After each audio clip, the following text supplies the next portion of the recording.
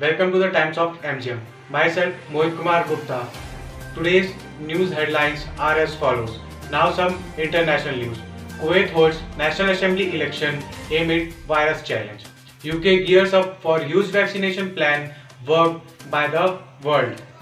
Now some national news. BJP calls for 12 hours band in North Bengal today over death of party worker during protest rally.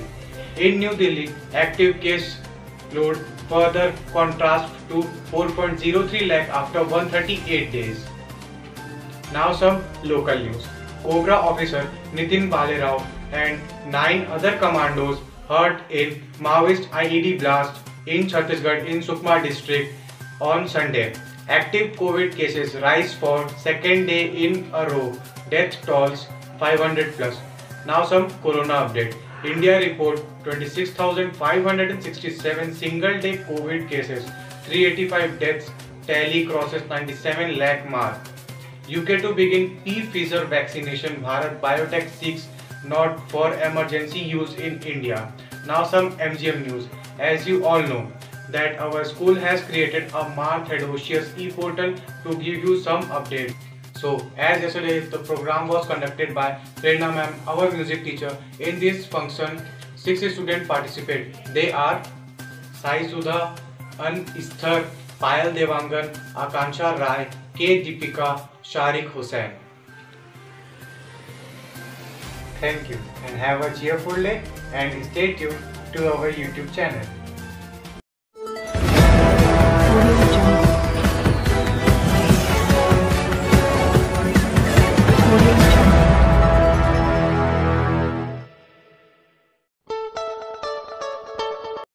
Respected Principal Sir, Shift in Charge Ma'am, teachers and all my dear friends. Good evening to one and all. I am Bhavna Nag. Today I will talk to you about International Anti-Corruption Day. Corruption is a complex social, political and economic phenomenon that affects all countries. Corruption undermines democratic institutions, slows economic development, and contributes to governmental instability.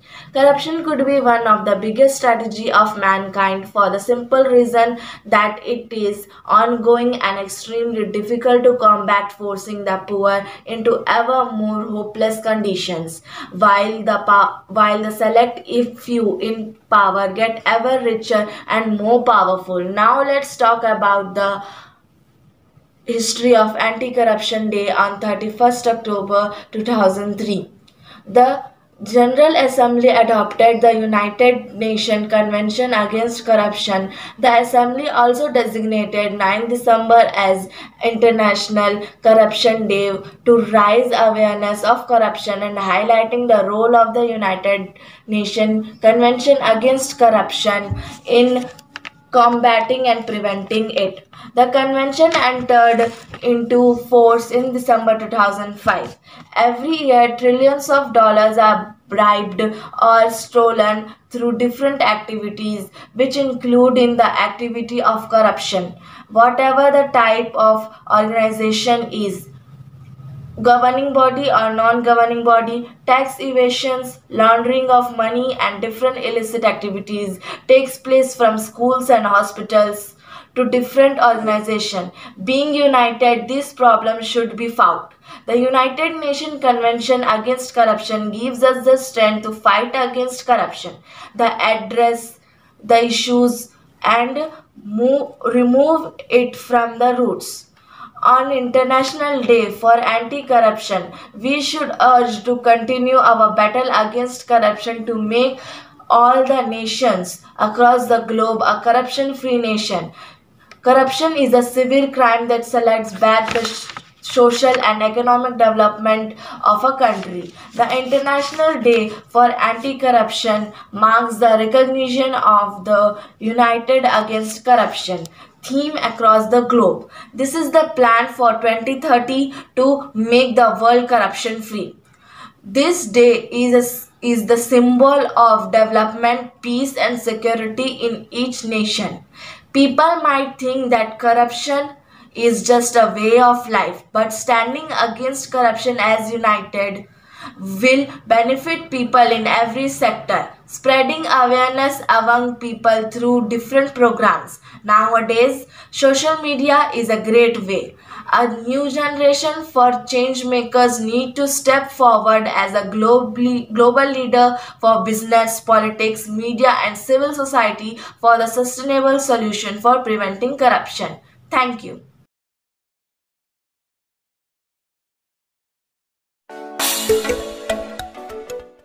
कोशिश करने के बावजूद अगर हो जाती है कभी हार, कोशिश करने के बावजूद अगर हो जाती है कभी हार, होकर निराश तू मत बैठ मेरे यार। बढ़ते रहना आगे चाहे जैसा भी हो मौसम, बढ़ते रहना आगे चाहे जैसा भी हो मौसम, पा लेती है चींटी भी मंजिल गिर गिर कर पार।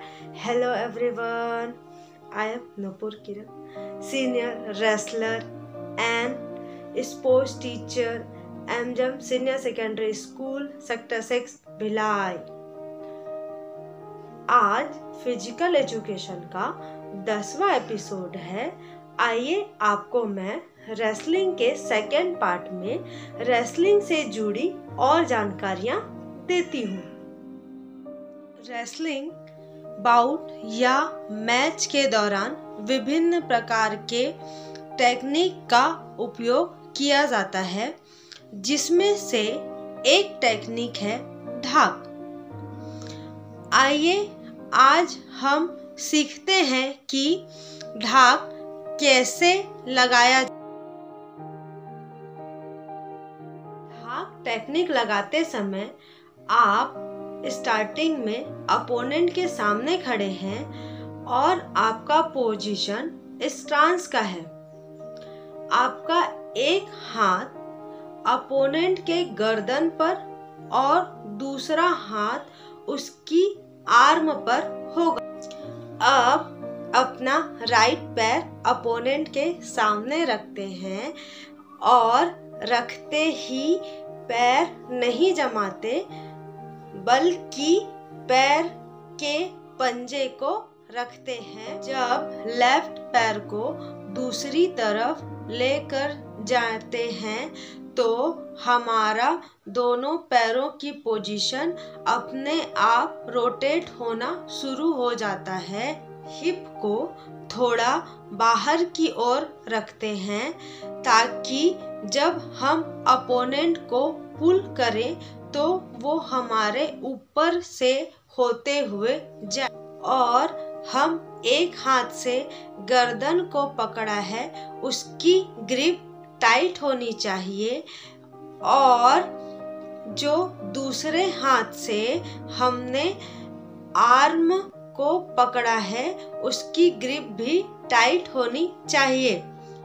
आमतौर पर लोग यहाँ पर यह गलती करते हैं कि जब बारी आती है अपोनेंट को खींचने की तो वह अपने हाथों के फोर्स को यूज करते हैं, वह काफी नहीं है। हमारी जो अपर बॉडी है वह हेल्प करेगी अपोनेंट को खींचने में। हमारी कमर टर्न लेगी और अपर बॉडी झटका लेगी एक साथ। खींचने के पावर को और ताकतवर बनाने के लिए हम अपने फेस का डायरेक्शन उस तरफ रखते हैं जिस तरफ हमें अपोनेंट को फेंकना है। आपको पूरा एक्शन एक साथ करना है। चलिए एमजीएम के बच्चों द्वारा ढाक लगाने की टेक्निक को और अच्छे से जानते हैं।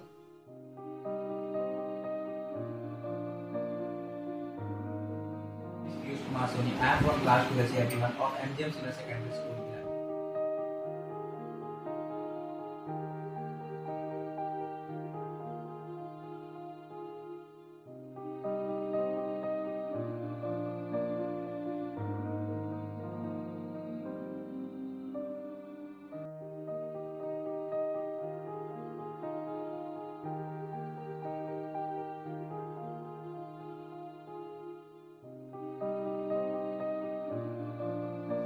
ढाक टेक्निक लगाने के लिए हमें कुछ बातों को ध्यान में रखना चाहिए, जैसे ढाक अपोनेंट के पावर पर लगाया जाता है। जब अपोनेंट हमें धक्का दे रहा हो उस समय ये पूरा एक्शन एक साथ करना होता है। अपोनेंट जब हमें धक्का दे रहा हो तो हमें ध्यान रखना चाहिए कि हमारा एक हाथ अपोनेंट के गर्दन पर हो और दूसरा हाथ उसके आर्म पर होना चाहिए। मैंने जैसा कि पहले वीडियो में बताया है कि हर एक एक्शन का अलग अलग पॉइंट मिलता है, तो उसी प्रकार ढाक में अगर आप पूरे एक्शन के साथ यह टेक्निक लगाते हैं तो वहाँ आपको 4 अंक मिलता है। लेकिन अगर आप यह पूरे एक्शन के साथ नहीं कर पाते हैं तो वहाँ पर आपको 2 पॉइंट मिलते हैं।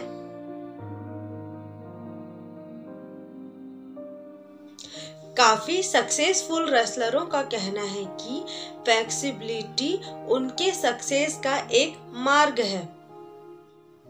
फ्लेक्सिबिलिटी कई तरह के दांव को लगाने में और कई तरह के दांव से बचने में हेल्प करता है। मैच के दौरान अपोनेंट हमारा हाथ पैर किसी भी तरह मोड़कर हमें चित करने की कोशिश करता है। अगर हमारे अंदर फ्लेक्सिबिलिटी जितनी अच्छी होगी, हम उसके टेक्निक या दांव से उतनी ही आसानी से बच सकते हैं। फ्लेक्सिबिलिटी को हम वार्म अप और कूलिंग डाउन के समय स्ट्रेचिंग के द्वारा इम्प्रूव कर सकते हैं, जिसमें से कुछ स्ट्रेचिंग इस प्रकार हैं। जब आप बॉडी को बेंड करते हैं उस समय आपको सांस बाहर छोड़नी है। आप इसे वीडियो के द्वारा देख सकते हैं।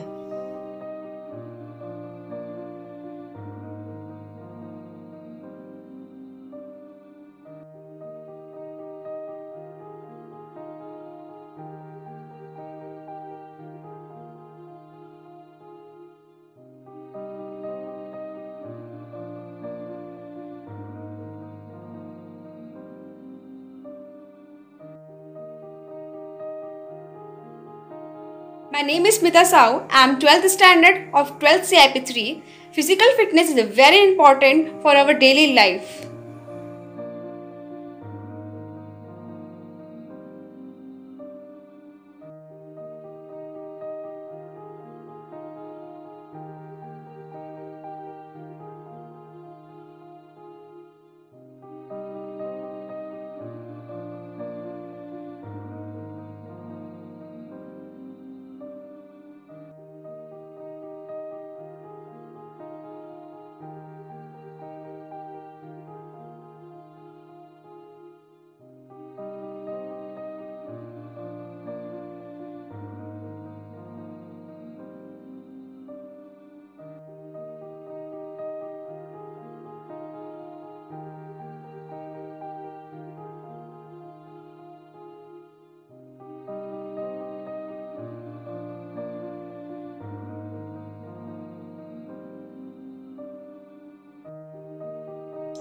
इसमें हमें ध्यान रखना चाहिए कि जो हमारी बॉडी पर प्रेशर आएगी वो हमारे लोअर बैक पर आनी चाहिए।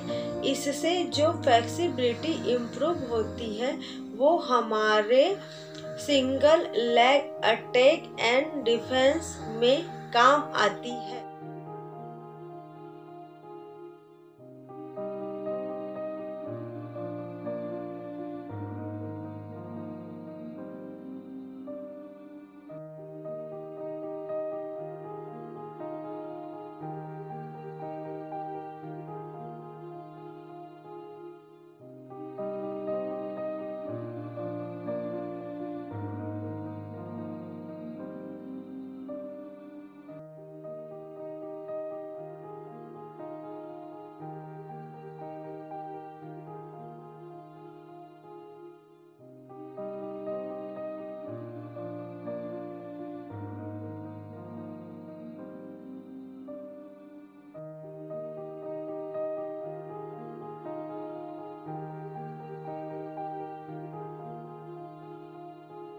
इसमें हमें सांस छोड़ते हुए बॉडी को टर्न लेना है और अपने एल्बो से घुटने को पुश करना है।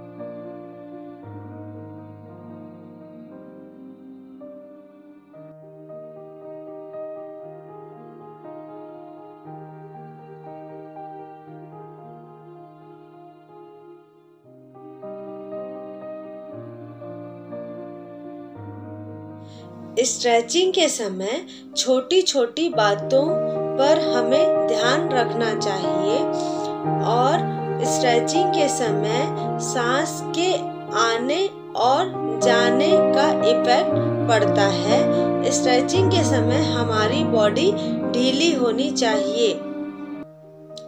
उम्मीद है आपको रेसलिंग से जुड़ी और नई जानकारियाँ प्राप्त हुई होंगी। अगर आपको वीडियो पसंद आया है तो आप इसे लाइक करें, ज़्यादा से ज़्यादा शेयर करें और आपने हमारे इस चैनल को सब्सक्राइब नहीं किया है तो प्लीज़ इसे सब्सक्राइब करें। Thank you.